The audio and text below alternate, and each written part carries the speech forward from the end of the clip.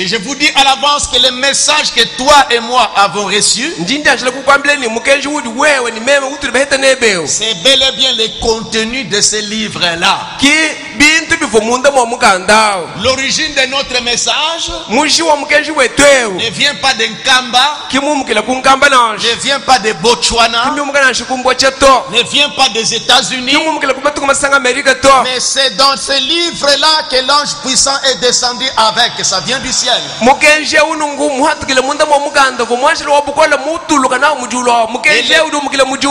Et le message que nous prêchons, c'est pour l'humanité entière. Mais nous sommes seulement un peuple rassemblé ici qui a reconnu ce message, qui a préféré trouver un endroit où on doit prêcher ce message. Parce que ce message est envoyé aux catholiques, aux protestants, aux kimbangistes.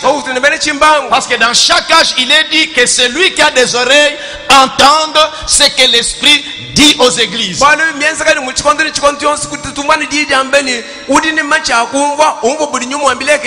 dans cet âge ici, il y a des gens qui ont cette chair ici, cette viande ici, en cette forme ici. Mais ce ne sont pas des oreilles. Mais c'est nous qui avons des oreilles. Parce que nous avons entendu ce que l'Esprit dit aux églises. On dit celui qui a des oreilles entende. Celui qui n'a pas des oreilles n'entendra pas. Nous avons des oreilles. C'est pourquoi nous avons entendu. Dites Amen. Amen. Amen. C'est cela.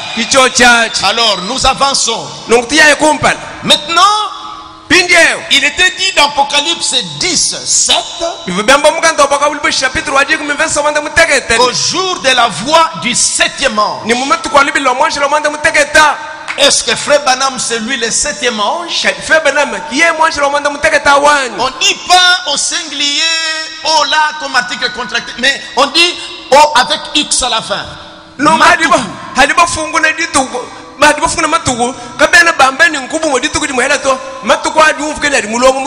Ouvrez la Bible. Apocalypse 10.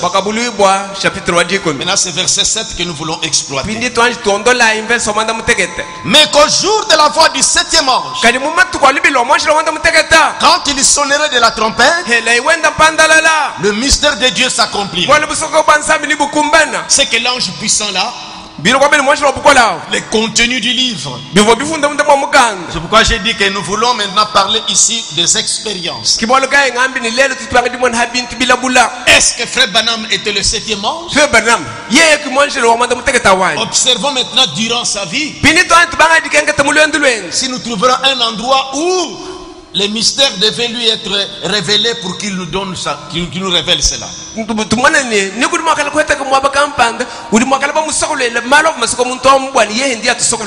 C'est ainsi quand je parle des expériences, je vais prendre maintenant les songes de Frère Junior Jackson.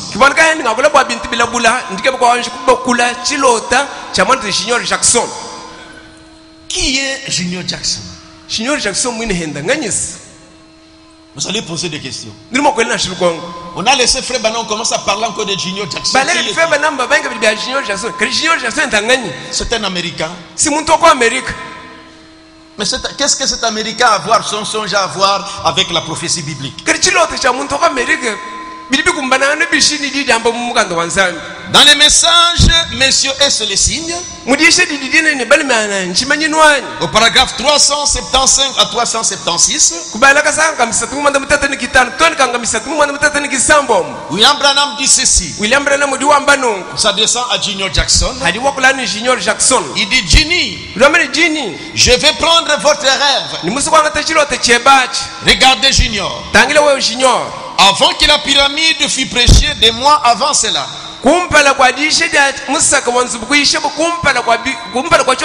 Junior eut ce songe. Vous dites, qu'est-ce qu'un rêve a à faire? Il dit, Nebuchadnezzar eut un songe. que Daniel interpréta, qui annonçait le commencement de l'âge des nations et le moment où il finirait.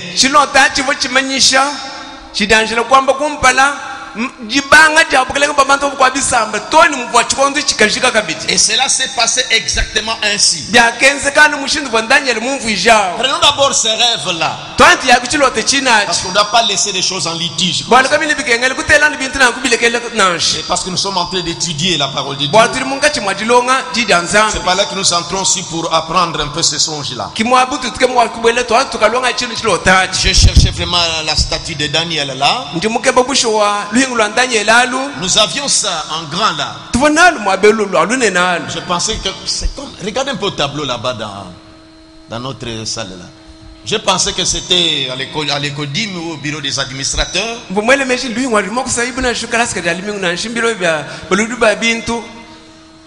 Qu'est-ce qu'un songe a à voir avec ce que nous voulons parler ici? Mais ici dans la Bible, on a parlé du songe de Nebuchadnezzar qui était un songe prophétique. Prenons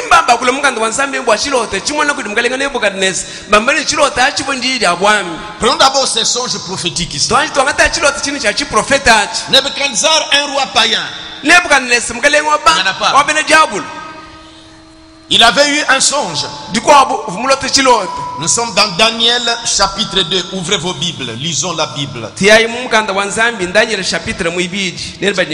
façon de connaître si on demande. Ces songes se trouvent, vous dites, dans Daniel 10. Nous apprenons aussi la Bible. Daniel 2 plutôt.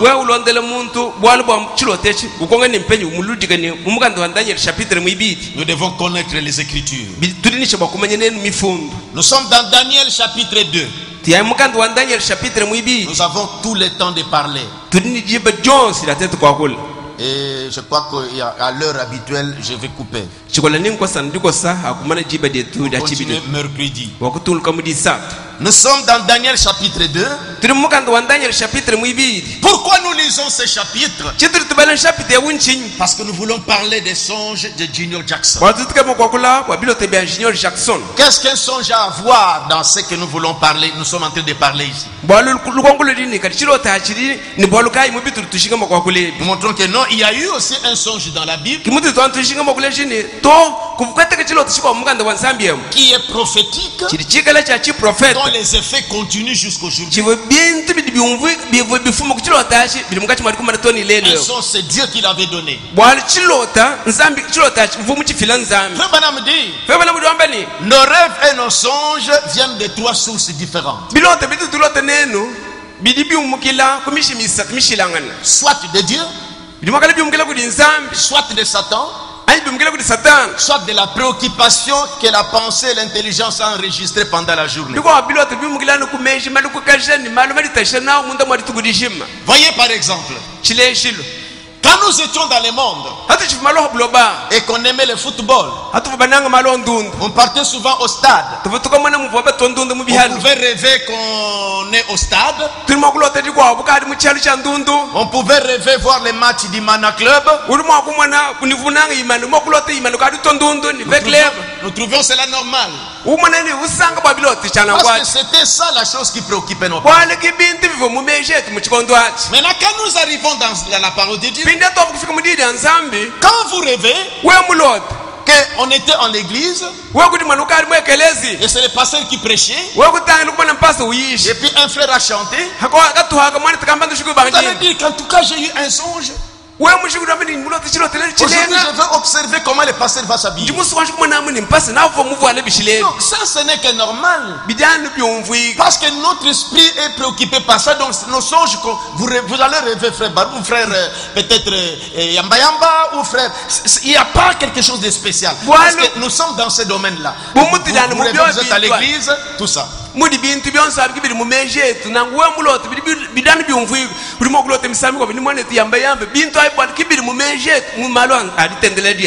C'est pas un message divin. Mais quand ça sort de l'ordinaire, de la vie courante ici, ou c'est Satan ou c'est Dieu. Pourquoi ces songes ici avaient frappé cet homme? Parce que ça sortait de l'ordinaire. La deuxième année du règne de Nebuchadnezzar, Nebuchadnezzar eut des songes. Il avait l'esprit agité et ne pouvait pas dormir. S'il rêvait dans son royaume et des femmes commençaient à les vanter comme ça ne devait pas le frapper parce que cela n'est que normal.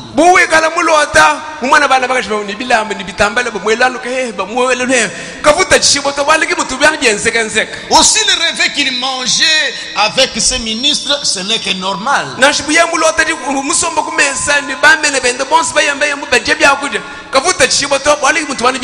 Mais ça c'était un songe qui sortait de l'ordinaire.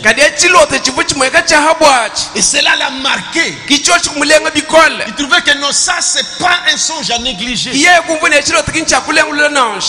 rois firent appeler les magiciens, les astrologues, les enchanteurs et tout ce monde-là.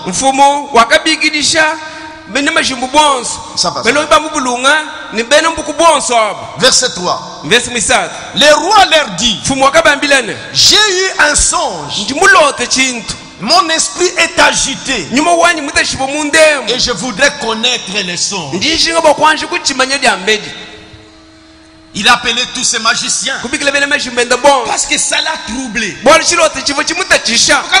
vous pour faire Junior Jackson,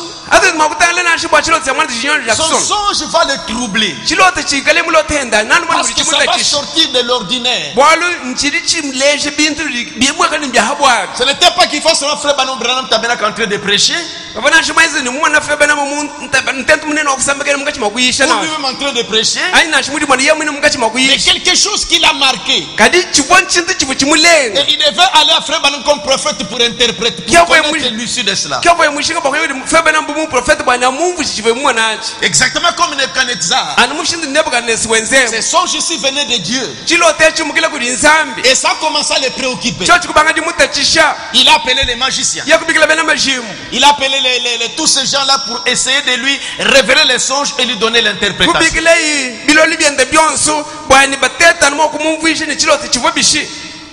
4. Les Chaldéens répondirent au roi en langue araméenne: ô roi, vis éternellement. Comme Yamba Yamba aime toujours dire, vis éternellement. Dis les songes à tes serviteurs. Et nous en donnerons l'explication. Le roi dit que les songes m'ont échappé. Vous avez trop bouffé mon argent. Vous devez me révéler les songes et me donner l'interprétation. Vous m'avez trop trompé. Aujourd'hui je ne vous raconte pas, mais révèle-moi d'abord les songes.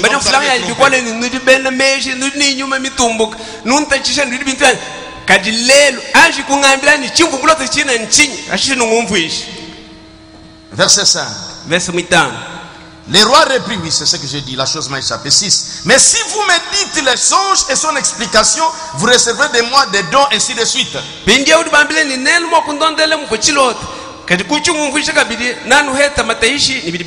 Au verset 16, ils ont répondu que Seigneur, ce que tu demandes, les rois, ce que tu demandes, c'est difficile. Verset 8, le roi reprit la parole et dit: je m'aperçois en vérité que vous voulez gagner du temps parce que vous voyez que la chose m'a échappé. Il a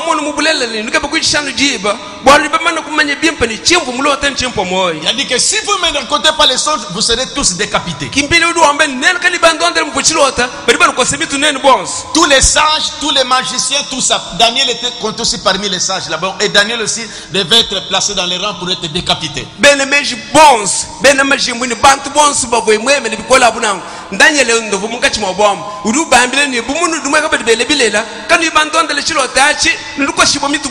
Finalement, les gens n'arrivaient pas à s'en sortir.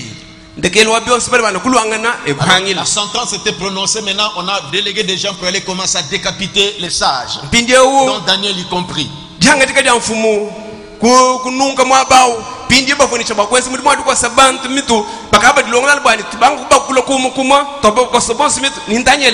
Alors Daniel a réuni ses frères.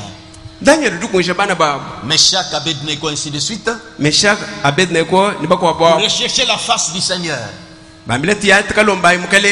Parce que les songes, elle a dit que j'ai oublié. Mais racontez-moi d'abord les songes et donnez l'interprétation. Quand vous racontez les songes, quand ça que c'est ça, quand vous donnez l'interprétation, vous trouverez que c'est la vérité.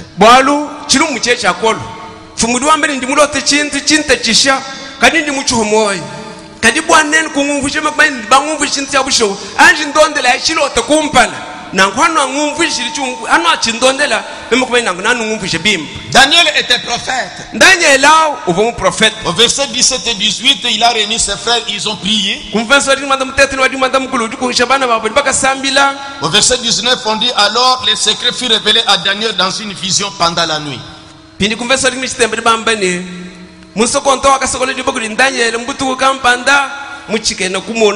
Rappelez-vous, nous sommes en train de voir ces rêves pour que nous comprenions que les rêves ont aussi de l'importance dans la prophétie.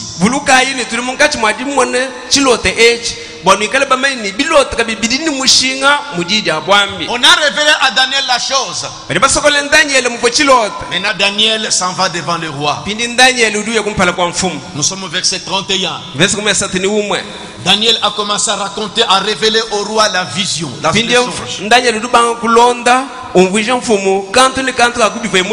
Oh roi, tu regardais et tu voyais une grande statue. On m'a mené ce petit bout de papier ici, mais on ne saura pas. Voyez un peu, parce que ça doit épater n'importe qui. Si vous voyez un songe, on vous présente dans des songes une statue comme ça.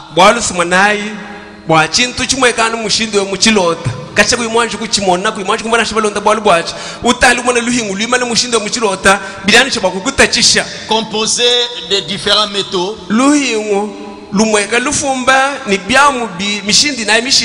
Alors la tête, le bras et la poitrine, et les ventres de cuisse, les jambes et les orteils.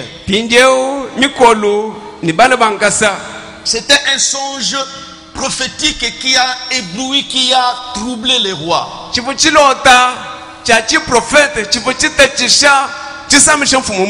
Oh roi, tu regardais et tu voyais une grande statue.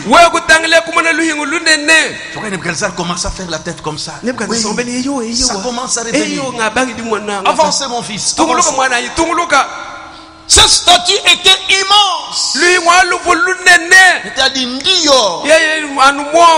Comme on dit que Kaoulou Kadi mon Janja. Le train est sur les rails. Avancez. Tu voyais une grande statue.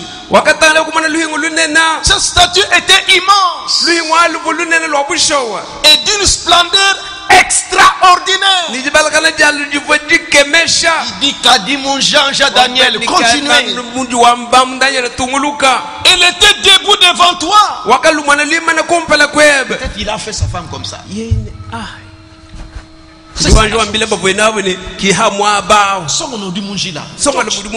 Avancez. La tête de cette statue était d'or pur. Je me rappelle de Kézar qui s'est levé. Il dit, ça c'est un hébreu. Hein? Oui, c'est un hébreu. Cet homme, ça doit être un prophète. Sa poitrine, voyez, sa tête était d'or. Malheureusement c'est petit, je ne sais pas si vous voyez bien. Si vous voyez une statue comme ça, ça doit vous effrayer. Sa tête était d'or. Sa poitrine et ses bras étaient d'argent. Sa poitrine et ses bras étaient d'argent.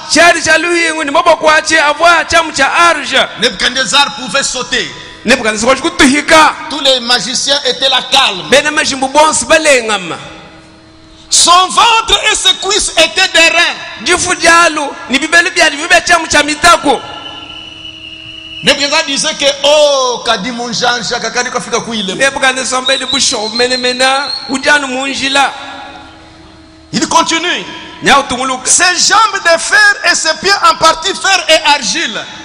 Pindiau makasa mikolo yaje ya chamu chifika ni makasa lu chitwa cha dima chitwa cha chamu chifika. Ses pieds comme ça. Mshindu dibieo. Ka, nous a dit que c'est ça. Nebuchadnezzar mena. Maintenant ce n'est pas fini. Daniel dit, tu regardais lorsqu'une pierre se détacha sans le secours d'aucune main. Oh, nous parlerons sur cette pierre ici. Et frappa pas la tête mais les pieds de la statue. La pierre est venue frapper les pieds de la statue et les mit en pièces. Ça dit que et la tête et tout ça.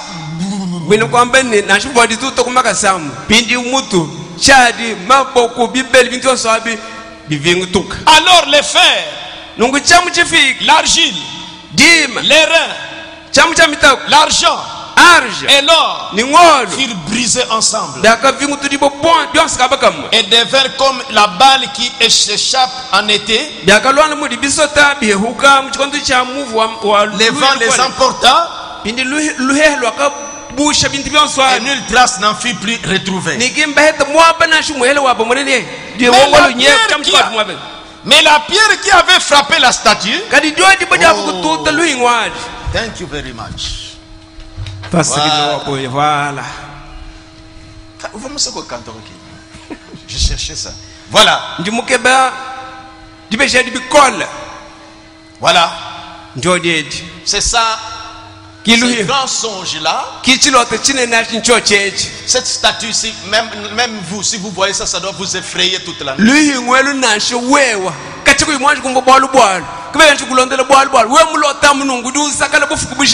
Et c'est pourquoi vous suivrez le son de Jackson, comment ça l'a troublé aussi. Accrochez-les. Voilà. Porte-manteau. Là, on est porte-manteau. Porte-manteau est ici. Longi est trop élancé qu'il cherchait porte-manteau en haut. le porte-manteau ou tangle ye mulu kengele porte-manteau bwenda bula. Voilà. Voyez, une chose comme ça doit effrayer. Quand Daniel a raconté ça, mais c'est ça. Maintenant il faut l'interprétation. Daniel dit, verset 36, voilà les songes. Et nous en donnerons l'explication devant le roi. Oh roi, tu es le roi des rois, car le Dieu de ciel t'a donné l'empire, la puissance, la force et la gloire. Il a remis entre tes mains en quelques lieux qu'ils habitent les enfants des hommes.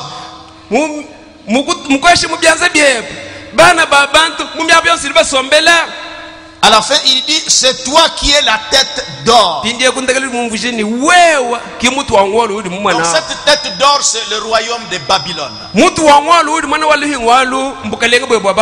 ces 4 métaux sont 4 royaumes qui devaient venir sur la terre. Il n'en